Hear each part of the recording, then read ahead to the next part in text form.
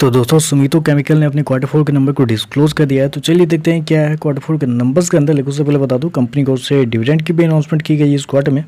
बड़ा डिविडेंड नहीं, 80 पैसे प्रति शेयर के हिसाब से कंपनी आपको डिविडेंड देने जा रही है। चलिए कंपनी के नंबर देख लेते हैं। डाटा मिलियंस में, मैं आपको क्रोर्स में बता रहा हूँ।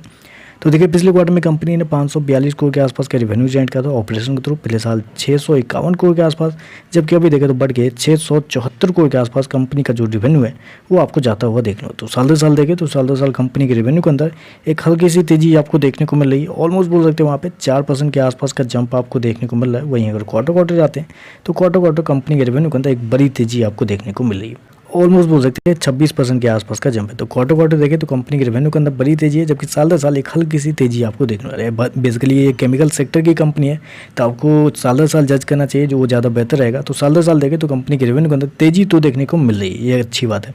खर्चे की बात कर लेते हैं। पिछले क्वार्टर में कंपनी ने 493 करोड़ खर्च किए थे, पिछले साल 586 करोड़ के आसपास, जबकि अभी देखें तो कंपनी खर्चे मात्र 552 करोड़ के आसपास आपको देखने लो। तो कंपनी के खर्चे देखें तो खर्चे बहुत कम है इस क्वार्टर में। विश्वास मानिए कंपनी के खर्चे के अंदर बहुत हद तक कंपनी की तरफ से कंट्रोल किया गया है। और इसके पीछे एकमात्र रीजन आप ये भी बोल सकते हैं कि इस क्वार्टर में कंपनी को जो स्पेशली एक जगह पे सबसे ज़्यादा जो बचत हुआ है वो है इन्वेंट्री। इस क्वार्टर में कंपनी को 76 करोड़ के आसपास का फायदा हुआ है इन्वेंट्री में, जबकि पिछले साल मात्र 15 करोड़ के आसपास का फायदा हुआ था। यहाँ पे देखें तो ऑलमोस्ट 60 करोड़ रुपए कंपनी ने यहाँ पे बचा लिए हैं, जिसकी वजह से कंपनी के जो एक्सपेंस है वो आपको कम होते हुए देखने को मिल रहे हैं। चलिए कंपनी का नेट प्रॉफिट क्या निकलता है वो देखते हैं। तो देखिए पिछले क्वार्टर की बात करें तो पिछले क्वार्टर में कंपनी का प्रॉफिट 54 करोड़ के आसपास था, पिछले साल 72 करोड़ के आसपास, जबकि अभी देखें तो बढ़ के 109 करोड़ कंपनी का जो प्रॉफिट है वो आपको जाता हुआ देखने को मिल रहा है। तो साल दर साल देखें तो साल दर साल कंपनी के प्रॉफिट के अंदर ऑलमोस्ट बोल सकते हैं 52% के आसपास का जंप आपको देखने को मिले, जबकि क्वार्टर जाते हैं तो क्वार्टर कंपनी का प्रॉफिट आपको डबल होता हुआ देखने को मिले। तो कंपनी के प्रॉफिट के अंदर एक बड़ी तेजी देखने को मिली है, स्पेशली एक चीज़ के कम करने की वजह से हुई है, जैसे कि मैंने आपको बता दिया कि इन्वेंट्री की वजह से ही कंपनी का जो 60 करोड़ है वो साल दर साल आपको बचता हुआ देखने को मिला है। चलिए कंपनी के EPS क्या है वो देख लेते हैं।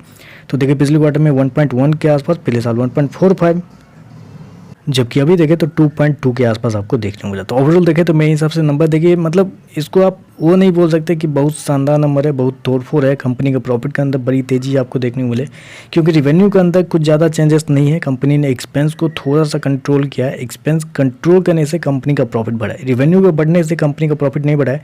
दो तरीके के प्रॉफिट बढ़ते हैं, एक रेवेन्यू बढ़ने से कंपनी का प्रॉफिट बढ़ता है, दूसरा होता है कंपनी के एक्सपेंस को कंट्रोल करने से कंपनी का प्रॉफिट बढ़ता है। तो कंपनी इस बार कंपनी ने क्या किया, अपने रेवेन्यू को कांस्टेंट रखा है, स्टेबल रखा है, लेकिन अपने प्रॉफिट को कंपनी ने इस क्वार्टर में बढ़ाया अपने एक्सपेंस को कंट्रोल करके। तो ओवरऑल देखें तो मेरे हिसाब से नंबर पॉजिटिव साइड पे ही है, लेकिन तोड़फोड़ वाले नंबर आप इसको नहीं खा सकते। तो चलिए बस आजकल बस इतना है। वीडियो पसंद आए तो लाइक कीजिएगा, साथ में साथ चैनल को सब्सक्राइब जो कीजिएगा। धन्यवाद।